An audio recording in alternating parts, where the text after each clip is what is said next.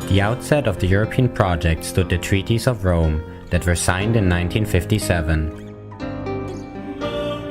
After two devastating world wars, European leaders vigorously worked towards uniting the continent.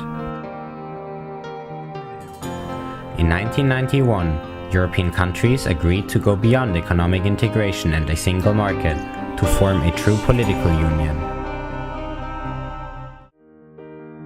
The Maastricht Treaty transformed the European communities into the union we know today. This year we are celebrating the 25th anniversary of the Maastricht Treaty. It received the 12 necessary signatures in the provincial government building of Limburg in February 1992. Exactly today, 25 years ago, marks the beginning of the negotiations of the Maastricht Treaty. We are today at the MAC for the conference EU and Me, and we'll listen to some debates, some keynote speeches by, for instance, the President of the European Parliament, Martin Schulz, Jean-Claude Juncker, the President of the Commission, Dijsselbloem, etc. We are very excited to be here. The conference was organized by Europe Calling, giving politicians and citizens alike the opportunity to look back at 25 years of Maastricht Treaty and to look ahead to Europe's future.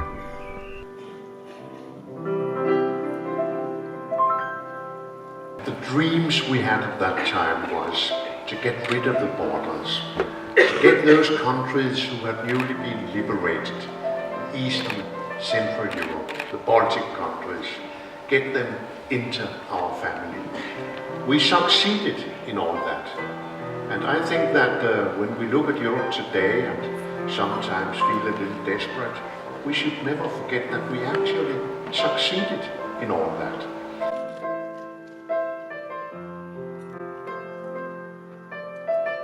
Give people the possibility to think twice. Many signatories to the Maastricht Treaty that were part of the negotiations 25 years ago came to debate and answer the questions of students.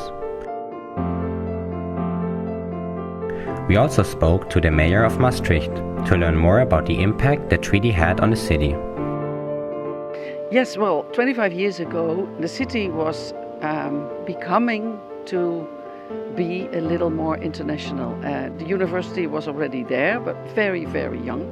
Can see changes because there are so many international students now, and you hear all the languages. There are teachers from all over the world, and that makes even more Maastricht an international city.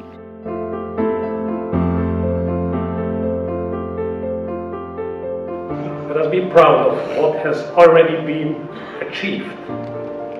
Yes, let us be proud and let us fight.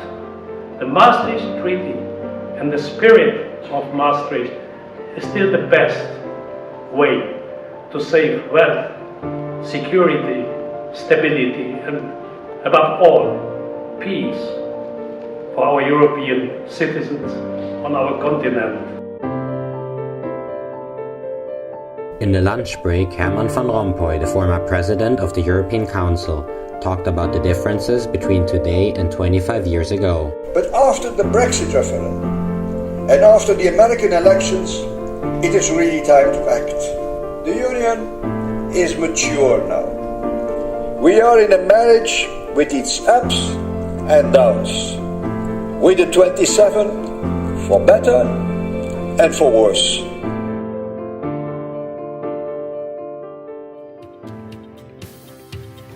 And today, being in Maastricht, we should not forget the contribution of the Netherlands and its Prime Minister Ruud Lubbers, under whom the Dutch presidency came to full power and proved once more that the Netherlands, this founding nation of the European Union, can be a true leader in Europe.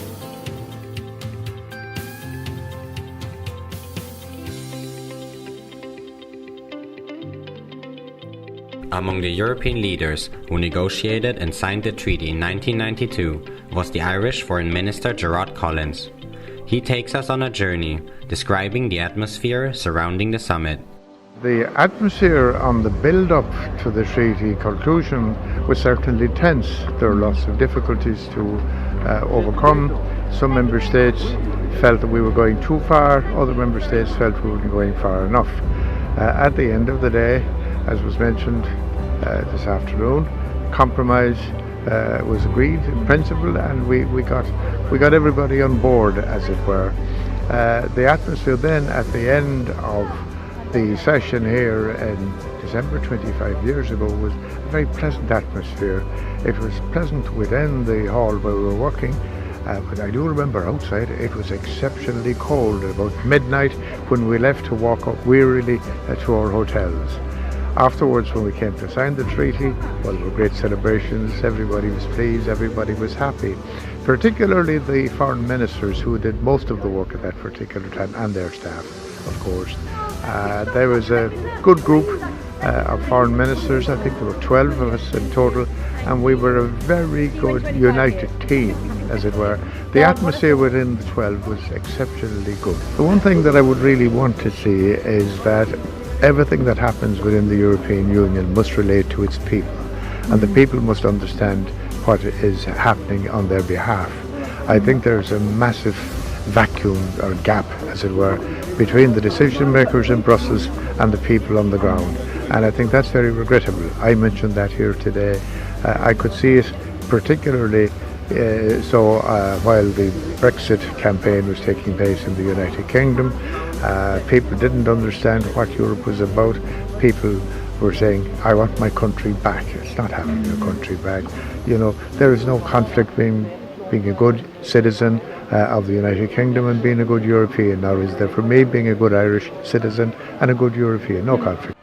Maria Rodrigues is a Portuguese member of the European Parliament and is currently working on social policy. I just delivered my report, which was adopted yesterday in the Committee of Social Affairs, and we want to make sure that particularly young people, they can count on good working conditions wherever they are, with whatever the sector, whatever the job. If you are working for an online platform, you need to be sure that you have a clear contract, that you have a right to have access to lifelong learning, also rights to social protection, whatever the risk, and you also can be mobile, mobile across Europe. We are also keen on making sure that people can move in Europe and keeping their rights. And how are you aiming at succeeding in your visions? Well, I was very clear in requiring that we have the standards, but also means, concrete means to make the standards real. We are pushing for social investment in the national budget. You know, young people are the ones who can really make the difference. You need to be vocal. You need to be straight to the leaders of all the European institutions and national governments and say, we want a better Europe, we deserve, we are prepared for this, and you need to work with us. And while some question the legitimacy of the European Union as a whole, and certainly a lot remains to be done, the Maastricht Treaty increased cooperation in Europe and contributed to sustained peace. Part of Europe Calling was the exhibition Scherz and Freimutig, which translates to joke and bold. It consisted of cartoons and photographs that portrayed the changing face of Europe. The King's Commissioner, Theo Bovens, opened the exhibition. Mr. Bovens, what exactly is the overall mission of Europe Calling? It's, well, as I explained, this is a kind of wake-up call, the Europe project. And what we try to establish is that this region, this city, the province of Limburg, will be the place of the dialogue about the future of Europe. Which kind of Europe do we want? I think the interest of the people of Maastricht and Limburg, that the new Europe can be built on the experiences that we have here in the border region.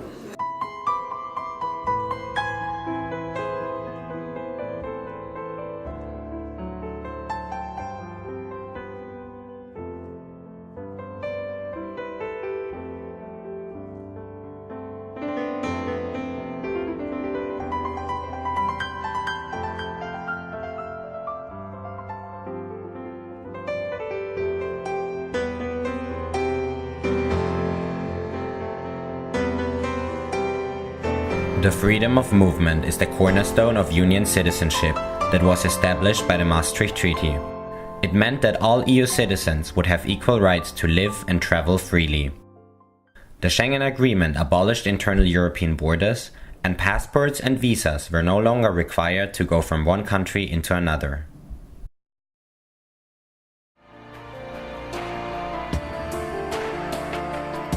Ja, hier zie je de grens bij de Akelerstraat in Vaals, 1959.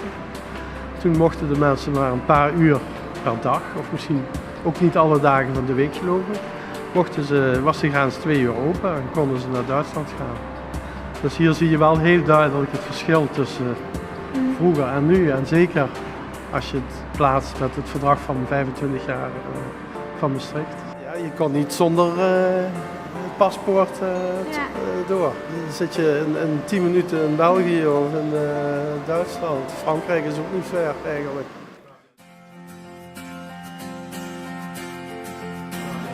Well, actually it's to have a dialogue about Europe. We have, in the history of 25 years of the Maastricht Treaty now, and now it's not actually to celebrate the Maastricht Treaty, but to think about the next 25 years. So what do you exactly want the youth to do? Debate and think about the future of Europe. And exactly this is what students and citizens of Limburg did. Theo Bovens called and many came to raise their voices about negative and positive aspects of the Union. The citizens' debates gave politicians a clear idea of what the people want and brought Europe closer to its citizens, one step at a time. Hello Maastricht, this is Mark reporting for Breaking Maas. The governor of the province of Limburg, Theo Bovens, wanted to know, what do European citizens, European students, actually think about the European Union?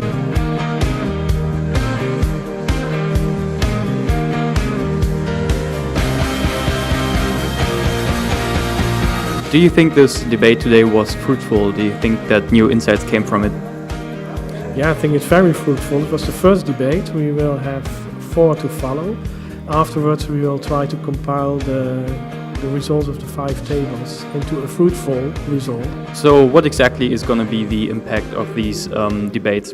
We will most certainly try to put forward the results of these tables, of these discussions, to the European level. For example, the governor of the Dutch province of Limburg is member of the Committee of the Regions, and he will use it within his work for the Committee of the Regions.